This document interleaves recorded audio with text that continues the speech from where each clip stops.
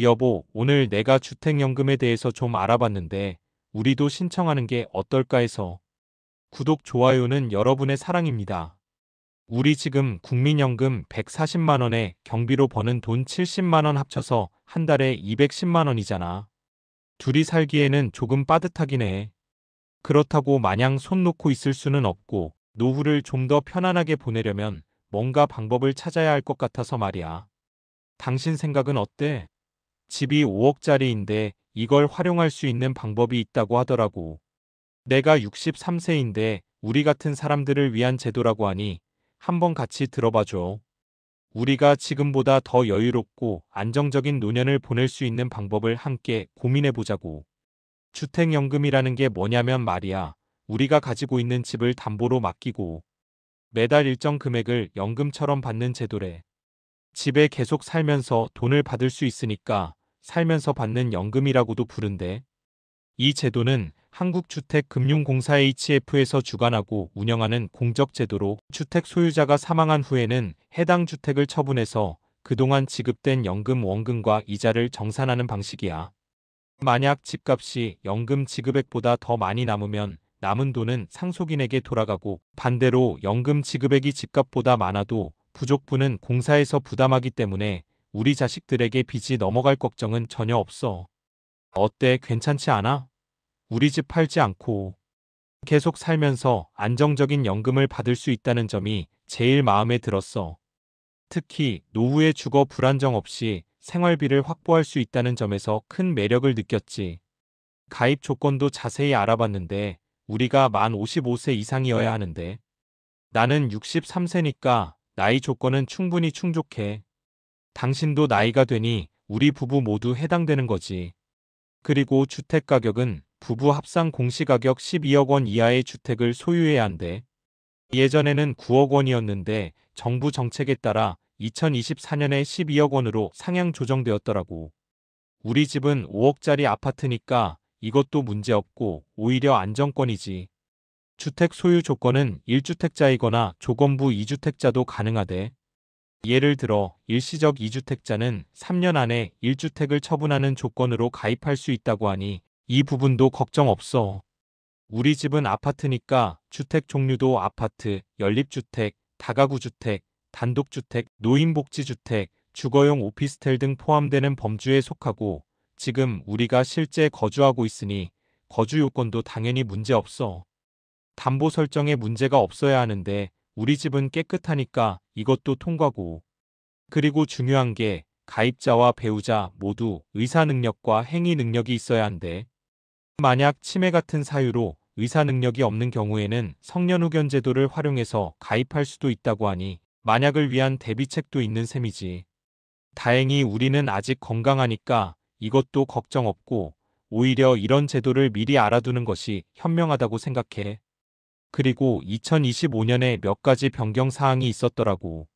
이런 변화들이 우리에게 더 유리하게 작용할 수도 있을 것 같아. 먼저 가입 연령이 기존 만 60세에서 만 55세로 낮추는 방안이 시범 사업 중이고 검토 중이라고 해. 이건 더 많은 어르신들이 주택연금 혜택을 누릴 수 있게 하려는 노력의 일환이겠지. 나는 이미 63세니까 상관없지만 혹시 더 일찍 이 제도를 알았더라면 하는 생각도 들었어. 다음으로 다주택자 가입 조건이 완화되어서 12억 원 이하. 2주택자의 경우 3년 이내 1주택을 처분하는 조건으로 가입이 가능해졌어. 이는 주택을 여러 채 가지고 있는 분들도 노후 자금 마련에 활용할 수 있는 폭이 넓어졌다는 의미야.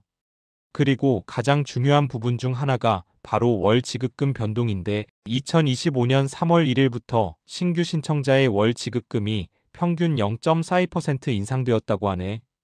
이는 가입 시점의 연령, 주택 가격, 그리고 그 시점의 금리 수준 등을 종합적으로 고려해서 산정되며 정기적으로 조정될 수 있는 부분이야. 하지만 중요한 건 기존 가입자는 기존 월 지급금이 그대로 유지되기 때문에 우리는 지금 신청하면 인상된 금액을 받을 수 있다는 거지. 이 작은 인상률이라도 장기적으로 보면 큰 차이가 될 수 있어. 또한 소상공인 지원을 위한 새로운 방안도 마련되었대. 폐업을 희망하는 소상공인 또는 그 배우자는 주택연금에 가입해서 개별 인출금을 활용해 소상공인 대출을 상환할 수 있다고 하네. 이건 어려운 상황에 처한 분들에게 정말 실질적인 도움이 될 것 같아. 또 예전에는 연금 대상 주택에 직접 거주해야만 연금 수령이 가능했는데 이제는 실버타운이나 노인복지주택에 입주한 후에도 주택연금 수령을 유지할 수 있게 되었대. 이건 나중에 우리가 더 나이가 들어서 실버타운에 가게 될 수도 있으니 미래를 생각하면 정말 좋은 소식 같아. 주거 형태에 대한 유연성이 높아진 거지. 마지막으로 하나금융에서는 하나 더 넥스트 내집연금이라는 상품을 통해 12억 원이 넘는 재건축 아파트도 주택연금에 가입할 수 있도록 저당권 방식을 도입했다고 하더라고. 우리 집은 해당 사항 없지만 고가주택 소유자들에게는 또 다른 선택지가 생긴 셈이지. 이런 변화들을 보면 주택연금 제도가 시대의 흐름과 노년층의 다양한 요구를 반영하여 계속 발전하고 있다는 것을 알 수 있어. 제일 중요한 게 우리가 받게 될 연금 수령액이잖아. 주택 시세와 연령에 따라 달라지지만 통상적으로 월 100만 원에서 200만 원대가 일반적이라고 해. 주택 가격이 높을수록 그리고 연령이 높을수록 월 수령액이 증가하는 구조야.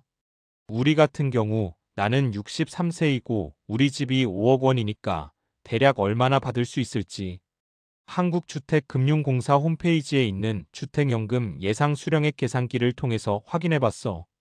당신 나이도 같이 넣어서 계산해보니까 우리 둘이 평균적으로 월 100만 원 정도는 받을 수 있을 것 같더라고. 정확한 금액은 상담을 통해 알 수 있겠지만 이 정도라면 충분히 고려해 볼 만하지. 그렇게 되면 지금 우리가 받는 국민연금 140만 원에 경비 수입 70만 원, 그리고 주택연금 100만 원을 합치면 한 달에 총 310만 원을 받을 수 있게 되는 거야. 지금보다 100만 원이나 더 받는 거지. 그럼 두 부부가 지금보다 훨씬 더 여유롭고 풍족하게 생활할 수 있지 않을까? 지금은 빠듯하다고 느꼈던 부분이 상당 부분 해소될 수 있다는 희망이 생기는 거야.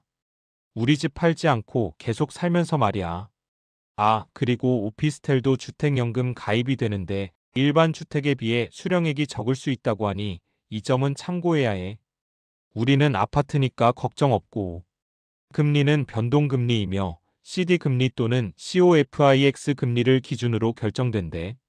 이 부분은 은행금리 변동에 따라 우리가 부담하는 이자율이 달라질 수 있다는 의미인데 공적 제도이기 때문에 시중금리보다는 안정적인 수준으로 관리된다고 알고 있어. 연금 지급 방식도 여러 가지 옵션이 있어서 우리 상황에 맞게 선택할 수 있더라고.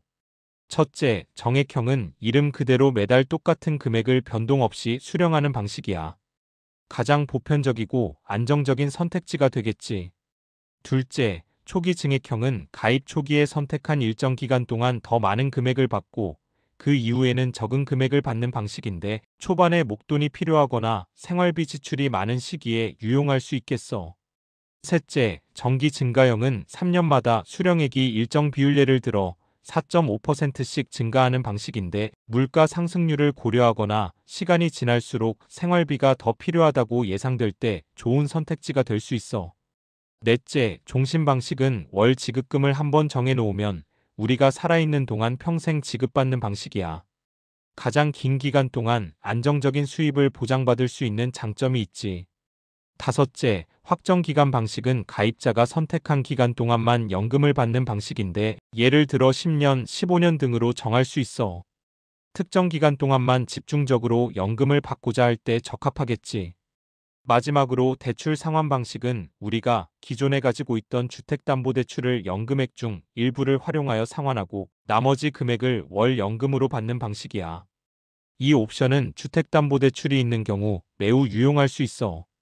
우리는 어떤 방식이 우리에게 가장 유리하고 안정적일지 한번 깊이 고민해보고 전문가와 상담해서 결정해야 할 것 같아. 나는 아무래도 매달 꾸준히 받고 물가 상승률을 어느 정도 반영하는 정액형이나 정기 증가형이 좋지 않을까 싶네. 가입할 때 몇 가지 더 유의할 점도 있더라고. 주택연금 가입 후에 이사할 경우 다른 주택으로 이사하면 원칙적으로 연금 지급이 중단될 수 있어. 다만 오피스텔 가입자라면 다른 오피스텔로 이사하는 경우에 한해 주택연금 지급이 유지될 수 있다고 하니 이 부분은 우리가 아파트 소유자로서 잘 인지해야 할 부분이지. 하지만 한국주택금융공사의 승인을 받으면 예외적으로 연금 지급이 계속될 수도 있다고 하니 이사 계획이 있다면 미리 상담해보는 것이 중요해. 그리고 주택연금은 우리가 죽은 후에 집을 처분하여 정산하기 때문에 만약 담보주택의 가격이 가입 후에도 계속 상승한다면 연금 총 수령액을 제외하고 상속인에게 남길 수 있는 금액이 늘어날 수도 있다는 장점도 있어. 하지만 초기 보증료 주택 가격의 1.5%와 연 보증료 연금 대출 잔액의 0.75%가 발생한다는 점은 알아둬야 해. 이 보증료들은 주택연금 제도의 안정적인 운영을 위한 비용이라고 이해하면 돼. 이 정도 비용은 우리가 얻게 될 연금의 이점들을 생각하면 충분히 감수할 만하다고 봐. 또한 요즘은 주택연금 관련 디지털 서비스가 매우 강화되어서 한국주택금융공사 홈페이지에서 온라인으로 더 편리하게 정보를 얻고 예상 수령액도 직접 계산해보고 심지어는 신청까지 할 수 있다고 해. 우리 같은 디지털 약자도 쉽게 접근할 수 있도록 설명도 잘 되어 있고 말이야. 이런 점들을 활용하면 더 편리하게 주택연금에 대해 알아보고 진행할 수 있을 거야. 여보, 우리가 지금 월 210만 원으로 생활하고 있는데 여기서 주택연금을 받아서 100만 원이 추가되면 월 310만 원으로 늘어나잖아. 이건 정말 큰 변화야. 우리 부부에게 안정적인 노후를 위한 든든한 버팀목이 될 수 있을 거야. 그럼 우리가 하고 싶었던 해외여행도 더 자주 가보고 맛있는 것도 많이 먹으러 다니고 손주들 용돈도 지금보다 훨씬 더 넉넉하게 줄 수 있을 것 같아. 지금처럼 빠듯하게 생활하는 것보다는 훨씬 더 여유롭고 행복한 노년을 보낼 수 있지 않을까? 집은 계속 우리 명의로 가지고 있고 죽을 때까지 안정적인 현금 흐름을 확보할 수 있는 거니까 노후 걱정을 상당 부분 덜 수 있을 것 같아. 내가 주택연금에 대해서 알아본 내용을 종합해보면 우리 같은 은퇴 부부에게는 정말 좋은 제도인 것 같아. 우리 집이라는 소중한 자산을 활용해서 월 100만 원이라는 추가 수입을 꾸준히 만들 수 있다면 지금보다 훨씬 더 풍요롭고 걱정 없는 노후를 보낼 수 있을 거야. 단순히 돈을 더 받는 것을 넘어 삶의 질을 높이고 심리적인 안정감까지 얻을 수 있는 기회가 될 거라고 생각해. 당신 생각은 어때? 주말에 한국주택금융공사 홈페이지에 들어가서 우리 집 기준으로 예상 수령액을 정확히 계산해보고 한번 같이 가까운 지사에 가서 전문가와 상담이라도 받아볼까? 궁금한 점들을 직접 물어보고 명확한 답변을 들으면 더 확신이 설 것 같아. 우리의 남은 인생을 더욱 행복하고 의미 있게 만들어줄 주택연금. 우리 함께 현명한 선택을 해봐요. 주택연금 제도가 여러분들에게 도움이 되었으면 합니다. 시청해주셔서 감사합니다. 구독, 좋아요는 여러분의 사랑입니다.